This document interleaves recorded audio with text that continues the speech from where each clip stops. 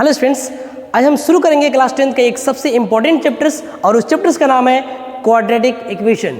So students, मैं आज आपको इस वीडियो लेक्चर में पढ़ाने वाला हूं कि क्वाड्रेटिक इक्वेशन क्या होता है। मैं सेकंड टॉपिक पढ़ाने वाला हूं solution of the quadratic equation, जिसको हम बोलते हैं रूट्स ऑफ द इक्वेशन। और मैं आपको थर्ड टॉपिक पढ़ाने वाला हूं how to solve quadratic equation, जिसमें मैं आपको दो मेथड पढ़ाऊंगा। पहला मेथड पढ़ाऊंगा by using factorization and second method पढ़ाऊंगा बाय यूजिंग क्वाड्रेटिक फार्मूला। और मैं आपको फोर्थ टॉपिक पढ़ाने वाला हूं नेचर ऑफ रूट्स के बारे में। तो सबसे पहले हम सीखते हैं what is quadratic equation. So students, अगर मैं बातें करूं यहां पे what is quadratic equation, what is quadratic equation. So students, any equation या you can say that an equation of the form ax square plus bx plus c is equal to 0 where a comma b comma c belongs to real number and a not equal to 0 is called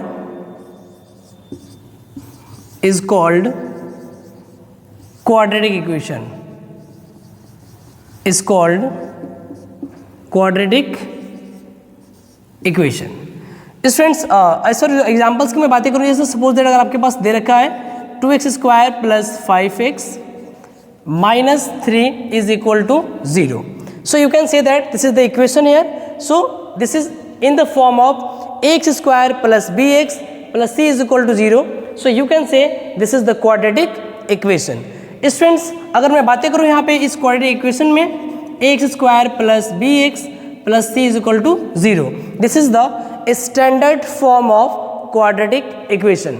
अगर आप यहाँ पे बातें करोगे, जो आप यहाँ पे ए देख रहे हो, इसको हम बोलते हैं क्वाड्रेटिक कोएफिशिएंट, इसको हम बोलते हैं quadratic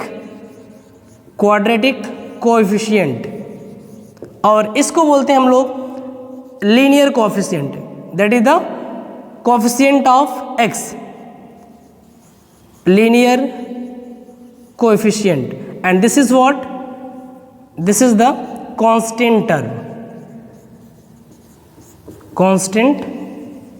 term c. So the coefficient of x square is called quadratic coefficient and coefficient of x is linear coefficient and c which is the constant term. It's clear now students? So you can simply observe this example. 2 is the quadratic coefficient, 5 is linear coefficient and minus 3 is constant term. Now solution of equation. The value of variable which satisfy the equation is called solution of the equation. Okay, solution of equation is also known as roots of the equation.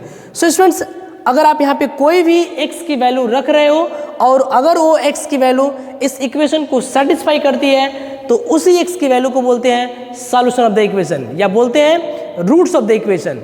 सो अगर हम यहाँ पे ध्यान से समझें, अगर हम यहाँ पे x की जगह पे -3 पुट कर दें और हम यहाँ पे ऑब्जर्व करें, तो ये हो गया 2, ये हो गया -3 का square plus 5 into -3 is equal to 0। So ये आपको दे देगा 3 3 जा 9, 9 2 जा 18, -15 -3 विच इज इक्वल टू 0। सो आपने देखा यहाँ पे कि जब मैंने x की जगह पे -3 रखा, तो ये पूरा का पूरा इक्वेशन बन गया 0 के इक्वल। सो आप कह सकते हो कि ये जो x की वैल्यू -3 है, it is satisfying the equation. So x equal to -3 is nothing but roots of the equation.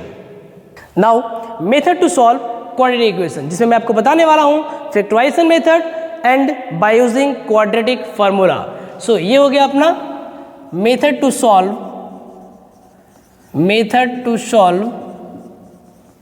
Quadratic equation. इसमें पहला मैं मेथड बताने वाला हूं फैक्टराइजेशन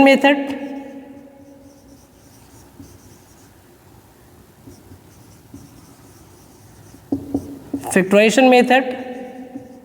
और मैं सेकंड बताने वाला हूं आपको bye using quadratic formula, bye using quadratic formula. सो स्टूडेंट्स, अगर हम बातें करें क्वाड्रेटिक फार्मूला की, जैसे मान लीजिए कि आपके पास दे रखा है यहाँ पे एक quadratic equation ax² plus bx plus c is equal to 0। So अगर कभी भी इस तरह से आपके पास इक्वेशन दिया है और आप यहाँ पे फाइंड करना चाहते हैं x की वैल्यू अर्थात रूट्स ऑफ द इक्वेशन, तो आप अप्लाई कर सकते हो क्वाड्रेटिक फार्मूला, जहाँ पे आप लिख सकते हो x is equal to minus b plus minus under root x b square minus 4ac upon में 2a। तो इस फार्मूले का इस्तेमाल करके आप इस क्वाड्रेटिक इक्वेशन के रूट्स को इजीली फाइंड कर सकते हो, जहाँ पे इसके दो रूट्स आएंगे। एक रूट्स आपका हो जाएगा x जो कि इक्वल होगा minus b minus under root b square minus 4ac upon में 2a के, और आपका जो दूसरा रूट्स होगा ये इक्वल होगा minus b plus under root b square minus 4ac upon में 2a के बराबर। ओके स्टूडेंट्स, ये जो आप देख पा रहे हो अंडर रूट में बी स्क्वायर माइनस 4ac, इसको हम बोलते हैं डिस्क्रिमिनेंट। इसको क्या बोलते हैं हम लोग? इसको बोलते हैं discriminant.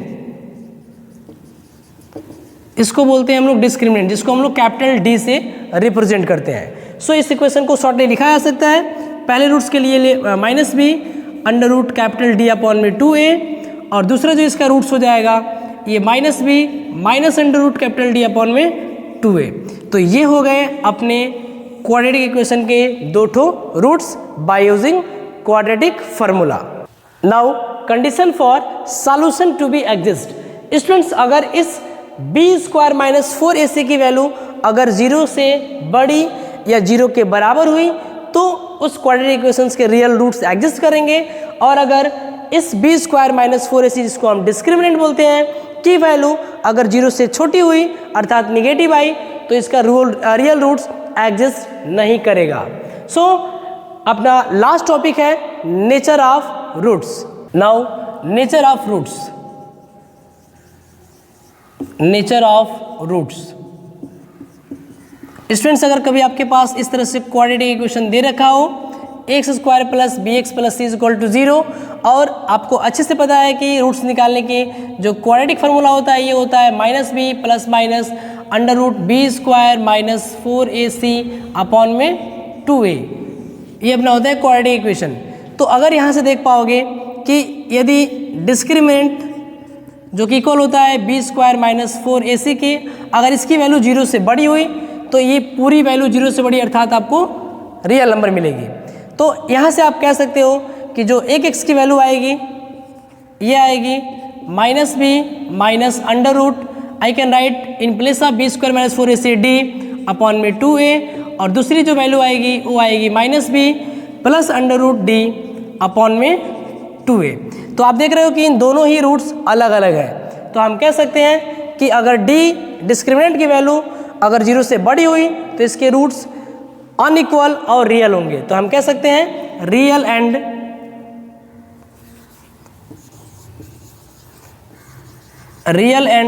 Unequal roots, unequal roots.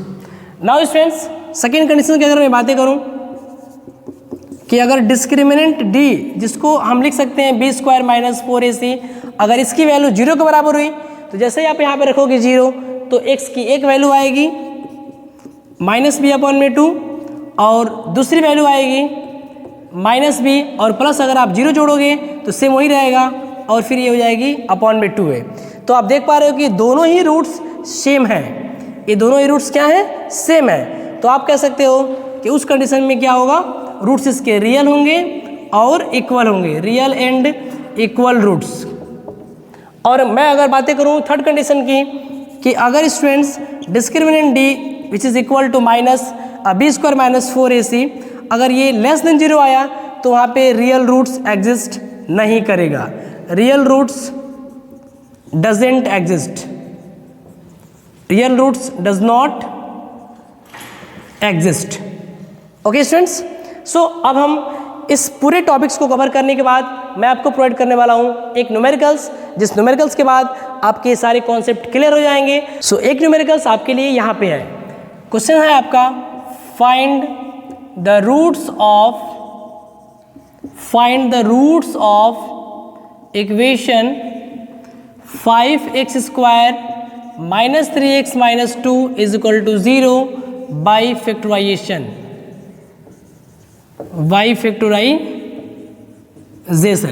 सो स्टूडेंट देखो हम किससे सॉल्व करते हैं इसको। अगर आपके पास यहाँ पे दे रखा है 5x square minus 3x minus 2 बराबर 0, तो सबसे पहले देखो मैं आपको बताने वाला हूँ यहाँ पे it is the ax square plus bx plus c is equal to 0।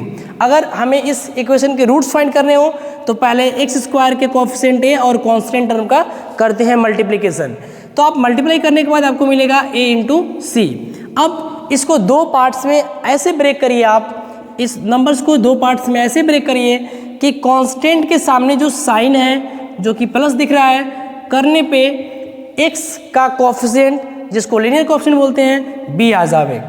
So same इस प्रोसीजर को यहाँ पे अप्लाई करिए। अगर मैं यहाँ मल्टीप्लाई करता हूँ 5 से 2 में तो आपको मिलता है 10। 10 को ऐसे दो पार्ट्स में ब्रेक करिए कि कांस्टेंट के पास जो आपको साइन दिख रहा है माइनस करने पे x का कोएफिशिएंट 3 आ जावे। तो आप लिख सकते हो 10 को 5 इंटू 2। सो 5 इंटू 2 10 हो जाएगा और 5 में से 2 माइनस करोगे तो आपको मिलेगा 3। तो आप यहाँ लिख सकते हो 5x square minus in place of 3 you can write 5 minus 2x minus 2 is equal to 0। तो इसको आप सॉल्व करोगे तो कुछ इस तरीके से आपको मिलेगा। इसको सॉल्व करोगे तो मिलेगा आपको 5x x माइनस 1 और यहाँ पे आप 2 कॉमन लोगे तो मिलेगा x माइनस 1 और ये हो जाएगा x minus 1 and it is the 5x plus 2 is equal to 0। So x is equal to 1 और यहाँ x इक्वल टू मिल जाएगा माइनस 2 अपॉन में 5। तो ये हुआ आपके दो रूट्स। ओके स्टूडेंट्स, तो मैंने आपको आज के लेक्चर्स में सिखा दिया कि क्वाड्रेटिक इक्वेशन क्या होता है, solution of the quadratic equation क्या होता है और उस क्वाड्रेटिक इक्वेशन को सॉल्व करने के दो तरीके, जिसमें मैंने पहला आपको बताया फैक्टराइजेशन मेथड और दूसरा मैंने आपको बताया क्वाड्रेटिक फार्मूला का इस्तेमाल करके कैसे सॉल्व करें। तो ये हो गए आपके क्वाड्रेटिक इक्वेशन के दो रूट्स। सो स्टूडेंट्स, आज के लेक्चर्स में मैंने आपको सिखाया कि क्वाड्रेटिक इक्वेशन क्या होता है। मैंने दूसरी बातें आपको सिखाई, solution of the quadratic equation क्या होता है जिसको हम रूट्स ऑफ द इक्वेशन ही बोलते हैं, और मैंने आपको तीसरा टॉपिक बताया method to solve quadratic equation, जिसमें मैंने आपको बताया फैक्टराइजेशन मेथड और सेकंड बताया क्वाड्रेटिक फार्मूले का इस्तेमाल करके सॉल्व करना स्टूडेंट्स। और आपको मैंने लास्ट टॉपिक बताया नेचर ऑफ द रूट्स कि कब रूट्स रियल और अनइक्वल होंगे और कब रूट्स रियल और इक्वल होंगे और कब उसका रियल रूट्स एग्जिस्ट नहीं करेगा। So that's all for today, thank you.